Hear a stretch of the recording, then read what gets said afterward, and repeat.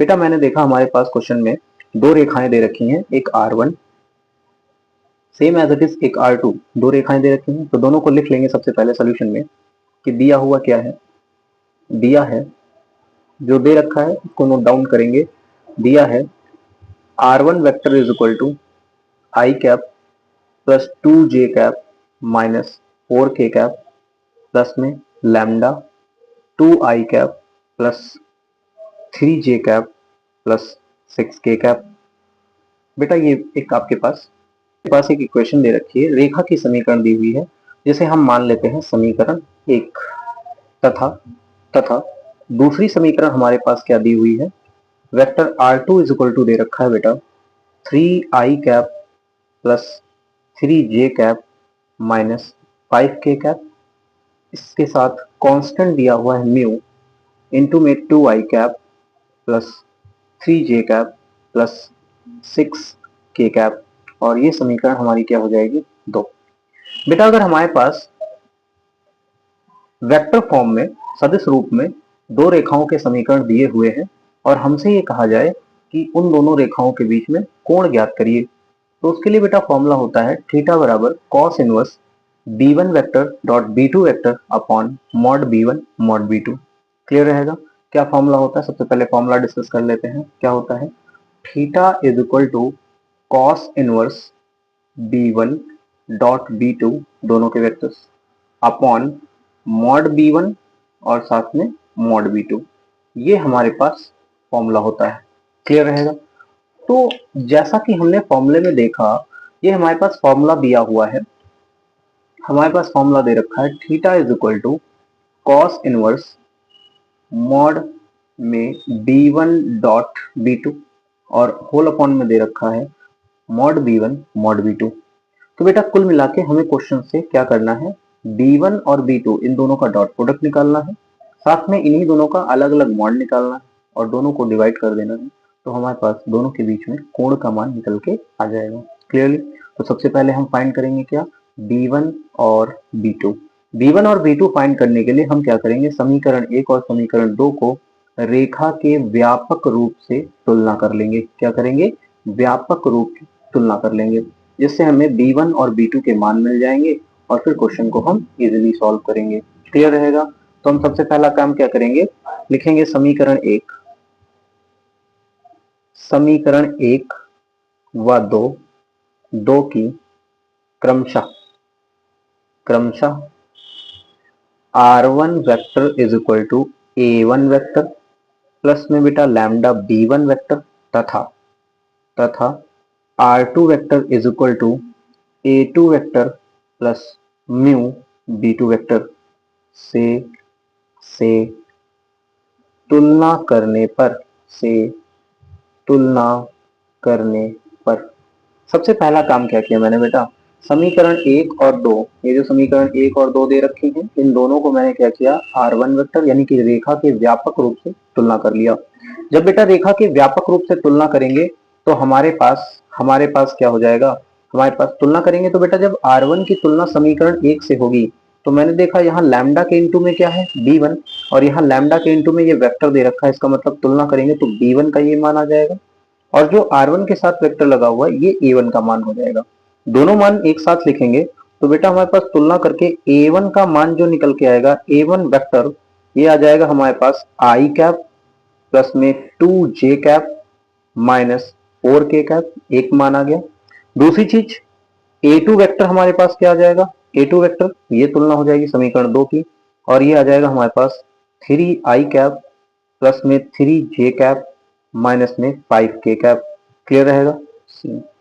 Same as it is b1 vector की हम तुलना करेंगे तो बेटा ये आ जाएगा 2i कैप प्लस में 3j कैप प्लस में 6k कैप और ठीक ऐसे ही b2 वेक्टर की तुलना करेंगे तो ये आ जाएगा 2i कैप प्लस में 3j कैप और प्लस में 6k कैप। क्लियर रहेगा?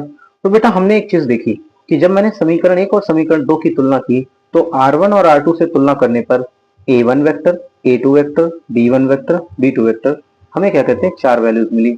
अच्छा फॉर्मूले की बात की जाए बेटा तो जहां पे हमने पढ़ा था cos theta inverse, theta is equal to cos inverse b1 dot b2 upon mod b1, इसका मतलब ये, जब तुलना करने पर a1 और a2 के मान मिले, उन्हें फॉर्मूले में कोई यूज नहीं करना है। इसका मतलब हम उन्हें एज इट इज नोट करके छोड़ देंगे और b1 और b2 को कैलकुलेशन में अप्लाई करेंगे। तो बेटा b1 और b2 से सबसे पहले क्या करना है, डॉट प्रोडक्ट निकालना है। तो सबसे पहले हम क्या करेंगे, डॉट प्रोडक्ट निकालेंगे, यानी b1 dot b2, b1 vector dot b2 vector निकालेंगे। b1 की वैल्यू क्या दी हुई है बेटा, 2i cap plus 3j cap plus 6k cap, और इसका डॉट प्रोडक्ट किसके साथ करना है, 2i cap plus 3j cap plus 6k cap. बेटा डॉट प्रोडक्ट करेंगे तो डॉट प्रोडक्ट की प्रॉपर्टी आपको पता होगी कि i के कोफिशिएंट का i के कोफिशिएंट से मल्टीप्लाई हो जाता है, j के कोफिशिएंट का j के कोफिशिएंट से मल्टीप्लाई हो जाता है, और same as it is k का कोफिशिएंट k के कोफिशिएंट से मल्टीप्लाई हो जाता है विद साइन, और बाकी सारी जो मल्टीप्लीकेशन होते हैं इसमें क्या हो जाते हैं, जीरो हो जाते हैं। ये हमने सीखा बेटा वेक्टर चैप्टर में जब हम पढ़ रहे थे डॉट प्रोडक्ट। अच्छा, इस चीज को हमने कक्षा 12 के चैप्टर वेक्टर में भी पढ़ा है, और साथ ही साथ कक्षा 11 में हम लोगों ने फिजिक्स में, भौतिक विज्ञान में भी इसको पढ़ा है। जब हम पढ़ते थे प्रक्षेप गति, तो वहां पे हम लोगों ने सदिश विश्लेषण चैप्टर में इस चीज की वहां भी गणना की है। ठीक है, तो डॉट प्रोडक्ट से हमारे पास क्या आ जाएगा, यहाँ ध्यान से देखिएगा, जब हम 2 को 2 से मल्टीप्लाई करेंगे, यानी कि आई कैप को आई कैप से मल्टीप्लाई करेंगे, तो बेटा हो जाएगा 2 2 जा 4 आ जाएगा एक। सेम एज इट इज जे को मल्टीप्लाई करेंगे, जे को जे से मल्टीप्लाई करेंगे, यानी कि 3 3 जा 9 आ जाएगा, और सेम एज इट इज 6 6 जा 36 आ जाएगा। कोई दिक्कत नहीं होने वाली है, क्लियर रहेगा। बेटा मैंने आई कैप को आई कैप से मल्टीप्लाई किया, क्योंकि डॉट प्रोडक्ट में आई का आई से मल्टीप्लाई हो जाता है, जे का जे से मल्टीप्लाई हो जाता है, के का के से मल्टीप्लाई हो जाता है, मीन्स 2 2 जा 4 हो जाएगा, 3 3 जा 9 हो जाएगा, और 6 6 जा 36 हो जाएगा। बेटा सॉल्व करेंगे तो ये आ जाएगा 4 36, दैट मीन्स 40, और 40 में 9 ऐड करेंगे तो क्या हो जाएगा, 49 हो जाएगा। क्लियर। b1 डॉट b2 की वैल्यू क्या आ गई हमारे पास, 49 आ गई, और इसको हम लेट कर लेंगे समीकरण 1। क्लियर रहेगा। अच्छा, समीकरण 1 मैंने इसको बना लिया, और फॉर्मूले में फिर से एक बार देखें तो हमें b1 डॉट b2 के साथ साथ मॉड b1 और मॉड b2 भी चाहिए। तो हम क्या करेंगे, मॉड b1 और मॉड b2 की वैल्यू निकालेंगे। क्या करेंगे, मॉड b1 और मॉड b2 की वैल्यू निकालेंगे। देखो भाई, तो अब क्या निकालते हैं, मॉड b1। अच्छा, मॉड b1, मॉड मॉड मतलब बेटा मैग्नीट्यूड, यानी कि परिमाण। क्या निकाल रहे हैं, परिमाण। तो बेटा परिमाण किसी वेक्टर का कैसे निकलता है, किसी सदिश का परिमाण कैसे निकलता है, उसके आई कैप जे कैप के कैप के कोफिशिएंट्स को स्क्वायर करके जोड़ते हैं, और फिर पूरे का होल रूट सॉल्व करते हैं, अंडर रूट निकालते हैं, तो उससे हमारे पास क्या आ जाता है, मैग्नीट्यूड आ जाता है। बेटा b1 में कोफिशिएंट्स क्या दे रखे हैं, आई का कोफिशिएंट क्या है 2, जे का कोफिशिएंट क्या है 3, और के का कोफिशिएंट क्या है 6। तो इन सबको हम क्या करेंगे, स्क्वायर करके जोड़ लेंगे, और जोड़ने के बाद अंडर रूट निकालेंगे।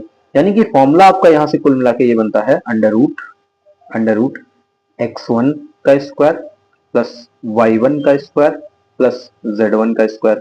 i का कोफिशिएंट क्या दे रखा है 2, j का कोफिशिएंट क्या दे रखा है 3, और k का कोफिशिएंट क्या दे रखा है 6। तो इसको पुट कर लेंगे तो ये हमारे पास आ जाएगा b1 इज इक्वल टू 2 का स्क्वायर प्लस में 3 का स्क्वायर प्लस में 6 का स्क्वायर, और पूरे पे होल रूट।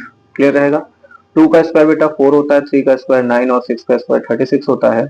इसको ऐड करके लिखेंगे तो ये हो जाएगा अंडर रूट 49, और अंडर रूट 49 की वैल्यू क्या होती है 7। इसका मतलब b1 क्या आ गया, 7 आ गया। इसको लेट कर लेते हैं equation number 2, sorry equation number 4, ये हमारी 3 हो जाएगी, क्योंकि 2 और 1 हम लेट कर चुके हैं। सेम एज इट इज हम क्या निकालेंगे, b2 की वैल्यू निकालेंगे। क्यों b2 की वैल्यू, क्योंकि फॉर्मूले में b1 का मॉड और b2 का मॉड भी हमें चाहिए। क्लियर रहेगा, ठीक है। तो मॉड b2 की वैल्यू निकालेंगे तो वही formula same as it is लग जाएगा बेटा, x2 का स्क्वायर प्लस में y2 का स्क्वायर प्लस में z2 का स्क्वायर, यानी कि ये हमारे पास आ जाएगा, ये हमारे पास x2 का स्क्वायर, x2 तुलना करेंगे बेटा 2 आ जाएगा, तो 2 का स्क्वायर, y2 j का कोफिशिएंट मींस 3 का स्क्वायर, और z2 क्या है, k का कोफिशिएंट यानी कि 6 का स्क्वायर, और पूरे का होल रूट। बेटा 2 का स्क्वायर कितना 4, 3 का स्क्वायर 6, और 9 का 6 का स्क्वायर 36, सॉरी 3 का स्क्वायर 9। क्लियर रहेगा, ठीक है। सबको सॉल्व करेंगे तो बेटा क्या हो जाएगा 49, और रूट 49 कितना होता है बेटा, फिर से एक बार 7, यानी कि मॉड b2 की वैल्यू क्या आ गई 7। इसको लेट कर लेते हैं इक्वेशन नंबर 5। क्या लेट कर लेते हैं 5। अभी हम इक्वेशन 3, इक्वेशन 4, इक्वेशन 5 में b1 dot b2 mod b1 और मॉड b2 की वैल्यू निकाल चुके हैं। तो हम क्या करेंगे, इन सबको फॉर्मूले में पुट करेंगे। किसमें बेटा, रेखाओं के बीच कोण, रेखाओं के बीच कोण, रेखाओं के बीच कोण। और बेटा इसका फॉर्मूला क्या होता है इसको देखते हैं।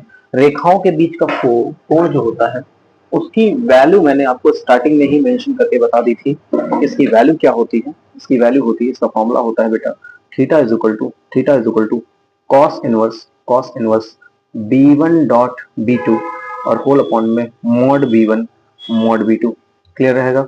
ठीक, सबकी वैल्यू समीकरण 1 2 3 4 से जो भी है निकल के आए उनसे पुट करेंगे। तो बेटा b1 डॉट b2 की वैल्यू क्या आई है 49 बटे में मॉड b1 की वैल्यू कितनी आई है 7 और मॉड b2 की वैल्यू क्या आई है 7। क्लियर रहेगा? सॉल्व करेंगे तो बेटा 7 7 जा 49 और 7 1 जा 7 कैंसिल हो जाएगा, यानी क्या बचेगा कॉस इनवर्स 1 बचेगा। क्या बचेगा? Cos inverse 1। और बेटा कॉस इनवर्स 1 जो होता है, कॉस इनवर्स 1 ये किसकी वैल्यू होती है बेटा, कॉस इनवर्स 1 में 1 होती है कॉस 0 की वैल्यू, किसकी 0 की वैल्यू। इसका मतलब कॉस इनवर्स कॉस से कैंसिल हो जाएगा तो थीटा इज इक्वल टू क्या आ जाएगा बेटा 90 डिग्री आ जाएगा। क्या आ जाएगा 90 डिग्री आ जाएगा। इसका मतलब जो हमारे पास दो समीकरणें दे रखी थी उनके बीच में जो कोण बनेगा वो कितना बनेगा 90 डिग्री, यानी कि दोनों रेखाएं क्या होंगी लंबवत होंगी। क्या होंगी? लंबवत होंगी। इसी